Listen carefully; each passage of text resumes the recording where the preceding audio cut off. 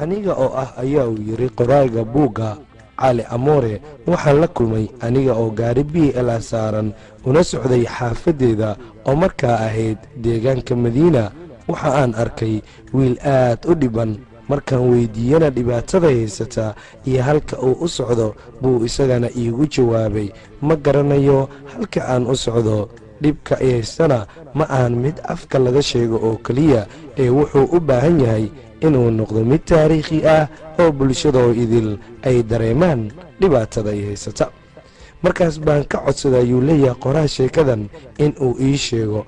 anigana waxaan ka ballan qaaday ayuu yiri in ay taariikhda gali doonto ama noqonayso. wuuna iga ogolaaday amaba iga aqbalay.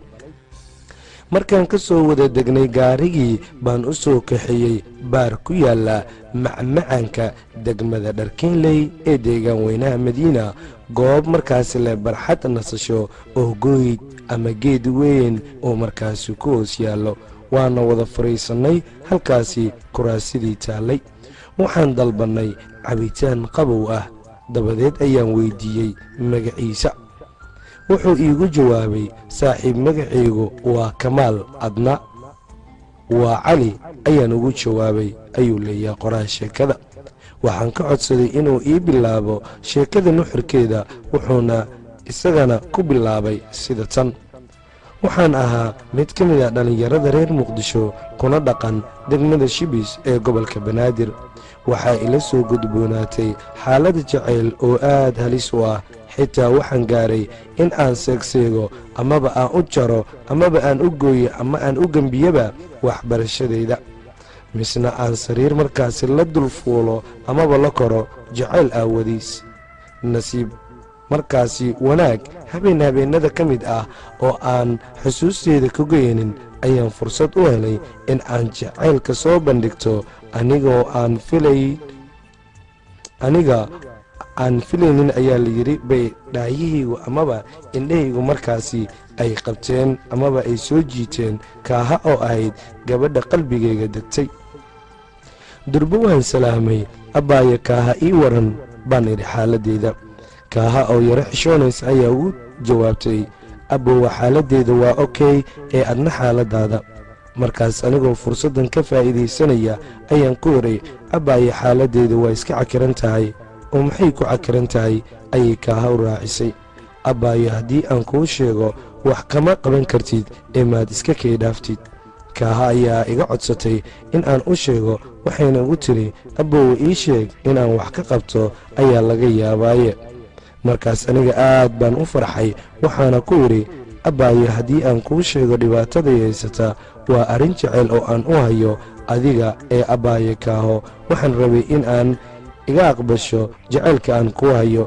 dhagahaagana in yar i amahay si aan ugu hubsado ereyada macaan oo qalbigayga kaaga soo go'ay.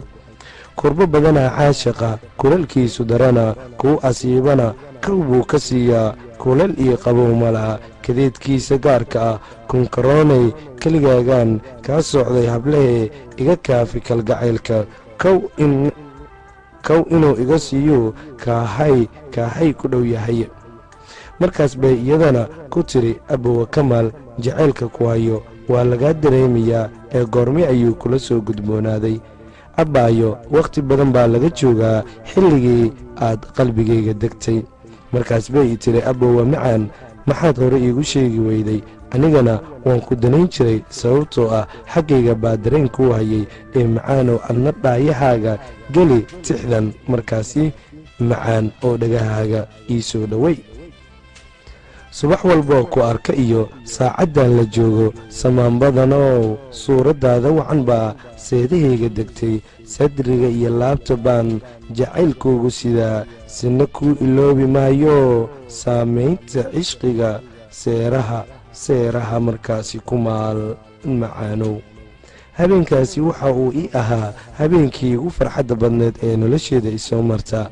kaaha waxa ay habeenkaasi qalinka ballan iiga qaaday in ay jaceylka ila daadiinayso habeenkaasi qalin ayaana labadeena si wada jir ah markaasi ugu duugnay muddo markaan isdaadiinaynay jaceylka baaxadda weyn oo aan u qaaday kaaha iyadana dhinaceeda aan wax cayb ah ku arkin ayaa maalin maalmaha ka mid ah ayaa cabdirasaaq oo ahaa saaxiibkay oo aan waxba kala qarsan jirin ayaan markaasi u sheegay in aan jeclahay gabar isagana aad buu ugu farxay wuxuunagu yidhi saaxiib Kamaal hambalyo baan ku leeyahay gormaad dumaashiday isoo baraysaa anigana aad baan ugu farxay hadalkii cabdirasaaq waxaana ku balannay in aan habeen dambe soo baro jacaylkayga sidaas ayaana ku kala tagnay anigiiyo saaxiibkay subaxii baan u soo kallahay gurigay kaaha nasiib wanaag waan is aragnay salaan ayaanana dhex martay kadibna waxaan u sheegay in habeen dambe anigiiyo saaxiibkay aan u soo soconno iyadana aad bay hadalkayga u tixgelisay waxayna ugu tiri aboowe Kamaal aad baan ugu faraxsanahay imaanshaha aad ii imaanaysid iyo baridda aad i barayso saaxiibkaa markaa kadib waan ka soo tagay kaaho waxay saacaddu isgurtaaba waxaa la gaaray wakhtigii ballanta waxaa ii yimid saaxiibkii cabdirasaaq waxaana isu soo raacnay dhanka iyo gurigii kaaha iyaduna diyaargarow baaxad leh bay ugu jirtay soo dhoweynta martida u soo socota waxayna diyaarisay wax alle iyo wixii marti markaa lagu sooro daqiiqado kadib waxaan soo gaarnay gurigii kaaha waxayna naga codsatay in aan hore u soo gudubno kadib baan wada fadhiisannay qolka fadhiga salaan iyo ismarxabeyn kabacdi ayaan damcay in aan saaxiibkay baro gacalisadeyda balse maxaa dhacay iyagii ayaaba hore isu yaqiinay sida ay ii sheegeen markaas baan cabitaankii iyo af macaasigiiba la gacan qaadnay dabadeed ayaa sheeko goosgoos ah na wada dhex martay saddexdeennaba saacado kadib waan ka soo dhaqaajiyey gurigay kaaho waxaana markaas soo abbaaray amaba aynu soo abbaarnay xaafadaheenna oo aan sidaa uga fogeyn xaafadda kaaho 2 maalin kadib baan telefoon ka wacay kaaha waxaana iga qabtay qof aanan garanayn waxaan ka codsaday inuu iigu yeero kaaho waa la igu yeeray waan salaamay balse waxaa hadalladeeda ka dareemay isbeddel aad u weyn markaan weydiiyey waxa dhacay ayay iigu soo jeedisay in aan ammaan siiyo dabadeed ayaan weydiiyey maxay tahay isbeddelka maxaa ku aleelay ii sheeg abbaayo macaan markaas iyadana hadalkeedii ay ku soo koobtay war badan uma baahni inta aan telefoonka isa saarin adiga demi teleefonkii waan isa saaray anigoo aad u xiishoonaya waxaa ila soo gudboonaatay xaalad aad u khatar badan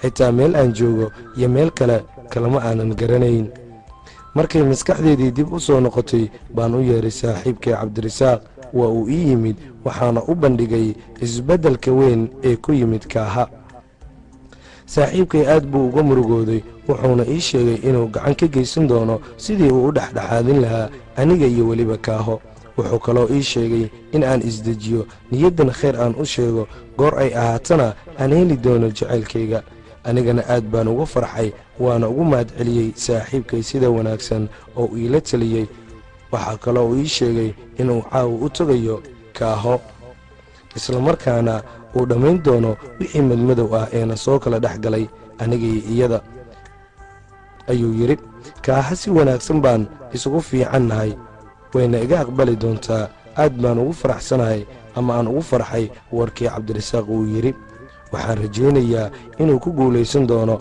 halkii baan isku macasalaameynay habeenkii aad buu u dheeraaday wakhtigana waayo wakhti markaasi uu noqday mid aad iigu sii dheeraado oo markaasi muddo ila qaata habeenkaasi wadnihii baa gacanta ku hayay waan iscelin waayey waxaan u soo dhaqaaqay gurigii saaxiibkay cabdirasaaq isagana wuxuu ku maqnaa guriga kaaha anigana gurigiisa baan ku sugayey wax shaki ah ma aysan igu abuurmin isla habeenkii buu gurigiisa iigu yimid anigoo fadhiya wuxuuna ii sheegay inuu ku guulaystay anigana aad baan ugu riyaaqay saaxiibkay waxaanan u sheegay inuu igaga fiican yahay walaalkay. isagana wuxuu yidhi saaxiib Kamaal waan isku leenahay waxaasna ha u bixin. wuxuuna ii sheegay in aan haatan dhaqaajinayo una tegayo Kaaho waayo meel bay nagu sugaysay. saaxiibkay iyo aniga waan isa soo raacnay waxaana soo abaarnay halka ay nagu sugayeen Kaaho ama ay nagu sugaysay. durbadiiba waanu u soo dhowaanay oonu soo gaarnay. kadib ayuu Cabdirasaaq na dhexdhexaadiyey aniga iyo Kaaho. habeenkaasi oo aan gaaray heer aan farxad markaasi aan la ilmeeyo. markaas bay Kaaha igu tiri aboowe wax kasta in aan kula wadaago baad igu ogtahay ee tixda macaan bal igahoo gefka aan geystay ka raali noqo macaanow maashaha kalgacaylka ma nusqaamo weligii marwadaada inaan noqdo maankaygaad ku jirtaa ma hilmaami karo jacaylka ma isu soo dhowaanaa mirta ma wada goosannaa macaantiisa aan dhadhamine.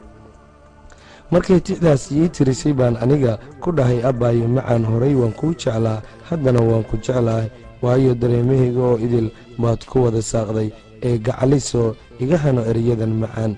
fikir baan la jiifay fayskaaga markaan arkay farxad baa hareeyey falanqaynta cishqiga faalle inaan ku siiyaa fahmaddii noloshaa tahay nafteyda kuu nugul nolol in aan kula wadaago firaash in aan kula gam'o farxaddeyda weeyaan. halkiibaa saacad kadib isku macasalaamayne. maalmo kadib ayaa waxaa la ii sheegay in Kaaha iyo Cabdirasaaq xiriir uu ka dhexeeyo laakiin aniga dhag jalaq umaanan siinin. waxaan u qaatay in dadkani ay yihiin dad doonaya in ay naga dhex faa'iidaystaan hadallada ugu waaweynaa ayaa layidhi markaasi oo saaxiibkay laga sheegayo baa ahaa in xiriir ka dhexeeyo isaga iyo Kaaho. markii ay iga badbadatay baan waxaan go'aansaday inaan Cabdirasaaq wax ka weydiiyo arrimaha. isagana wuxuu igu yidhi saaxiib Kamaal ma macquul bay kula tahay in aan gabar aad isjeceshihiin kaa baloogo ama aan kaa dulqaado? ma ogtahay in saaxiibtinimadeenna ay ka weyn tahay? ma aniga kula heshiisiin lahaa haddaan kula doonayn? saaxiibkay waxaan ka codsaday inuu iga raalli ahaado. wuxuu ugu yidhi taasi micno ma leh waa caadi shaydaan baa jira oo dadka bini'aadamka shaki ku abuuraya. allow ruuxan wax ogeyn ha cadaabin bay Soomaali tiri. markii aan dhegaystay hadallada saaxiibkay ayaa waxaa iga baxay wixii tuun ahaa oo ay igu dhaliyeen dadkii aan isku xaafadda ahayn. wixii sidaasi ay tahayba oo aniga iyo Kaaha wada kulannaba xilli maqribnimadii ay u dhoweyd ayaan aniga iyo dhallinyaro kale oo ka nimid dhinaca ciyaaraha waxaynu soo marnay iridka Kaaha. waxaan ku arkay Kaaha iyo Cabdirasaaq oo isla fadhiya.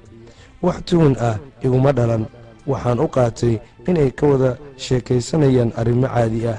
xiriirkeenna aniga iyo Kaahana wax ka nusqaamay ma aysan jirin sidii buuna ku socday. muddo markii ay sidaas ahayn baa jacaylkeennii waxaa ka muuqday mid sii laciifaya. aad baan uga xumaa arrintaa. habeen walbo markaan u imaado Kaaha waxaan arki jiray iyagoo markaasi isla fadhiya. markaan dhaayaha saaro qalbigayga wax holac lagu shiday oo kale ayuu noqon jiray. aad baan uga hinaasi jiray amaba aan uga maseeri jiray. ima ahayn Kaaho sidii hore wejigeeda. saaxiibkay Cabdirasaaq wax isbeddel ah kuma aanan arag. muddo kadib waxaan u dulqaadan waayey jacaylka aan natiijada lahayn ee Kaaha oo af ka sheega ahaa oo aan layla wadin. kadib ayaan u tagay Kaaho. waxaan ka codsaday in ay iga dhegaysato hadday tahay qof wax dareemaysa tix aan ugu talagalay in aan ku dareensiiyo jacaylka aan laysla talantaalinayn. waxaana ku bilaabay sida tan: qiiradaada gabarnimo iyo qosolkaaga wanaagsan baa qulubteeda qaboojiyey. khushuuca qalbigayga qamaar inaad igu tuntaan qiimo aadan ii yeelinna waa in aan ka qoomameeyaa. qaraabey warkuye qaybteeda ha iga qadanin qaaliyey macaaney. qar ha iga tuurinay qalanjo qiimo badanay. qaayatan haweenka u qaalisanadeed baa tahay in aad iqiyaantaa qalad sow ma aha. dadkana aan ku qanciso Cabdirasaaq aa ka qiimo badan.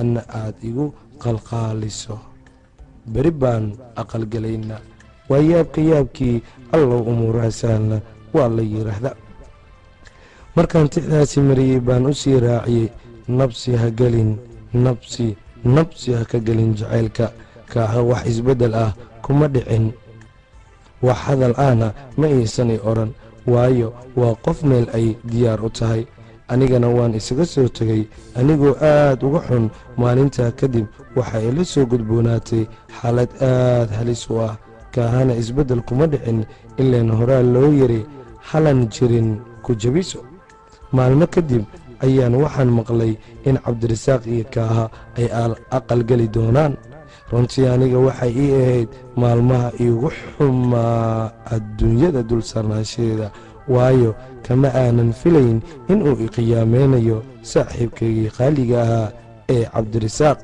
mooral jabkii ugu dhacay ayay waalidkee la yaabeen iyo isbeddelka igu beermay heer waxaan gaaray in aan ka soo bixi waayo gurigeenna sababtoo ah dadkii baa hadal hayntooda u badnayd arooska kaaho iyo weliba cabdirasaaq isbuuc kadib arooskii kaaho waaba la dhigay isla galabtii baa la soo guuriyey oo loo guuriyey cabdirasaaq gawaaridii galbinaysay arooska ayaa waxa ay soo mareen gurigeenna agtiisa ayuu yidhi cabdirasaaq anigana daaqadda baan ka eegayey hablihii arooska galbinayey ee gawaarida raaxada saarnaa waxa ay ku hadaaqayeen waa wiil fanaane fiiriya waa gabar fiyoore fiiriya iyo ereyo kale oo ay ka mid ahaayeen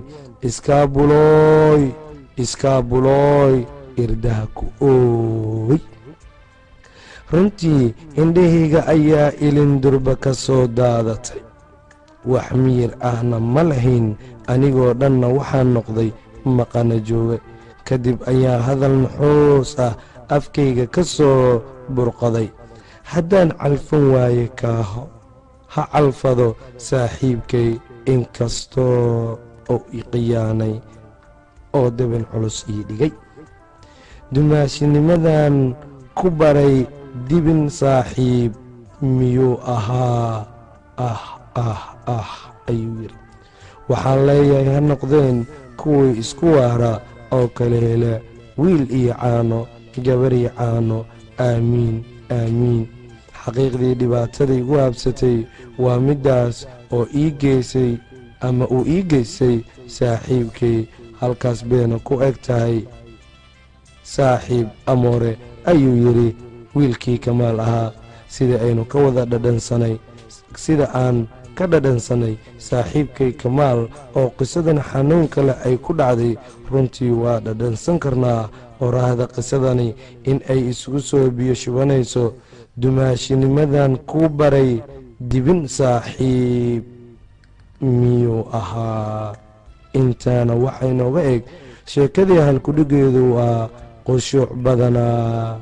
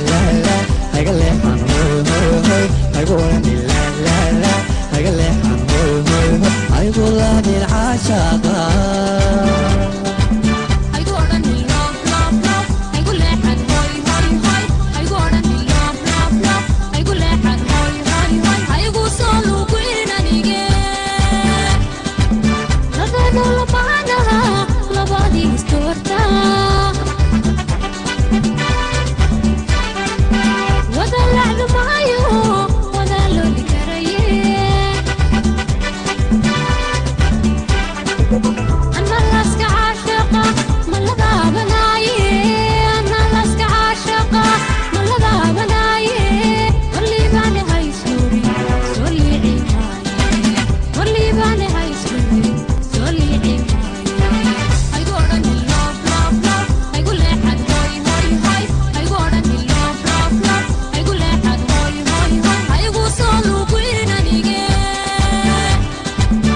هيقولني لا لا لا هيقول لي عن هوي هوي هوي هيقولني لا لا لا هيقول لي عن هوي هوي هوي هيقولني العاشقة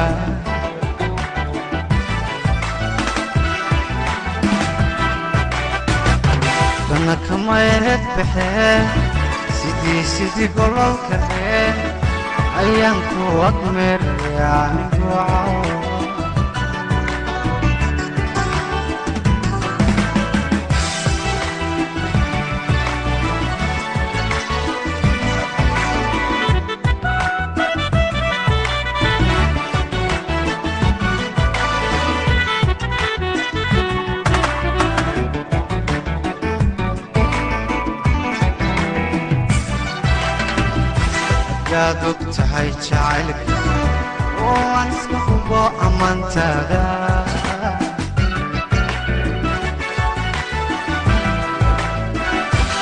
yaa dugtahay jacaylka oo aan iska hubo ammaantaada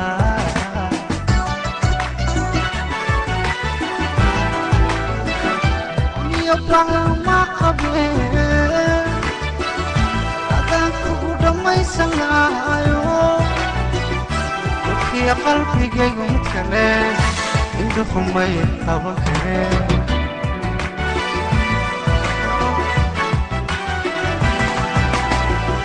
oniyo baahan waa qabeen adaan kugu dhammaysanaayo dadkii qalbigaygu mid kale indhuhumay qaban kareen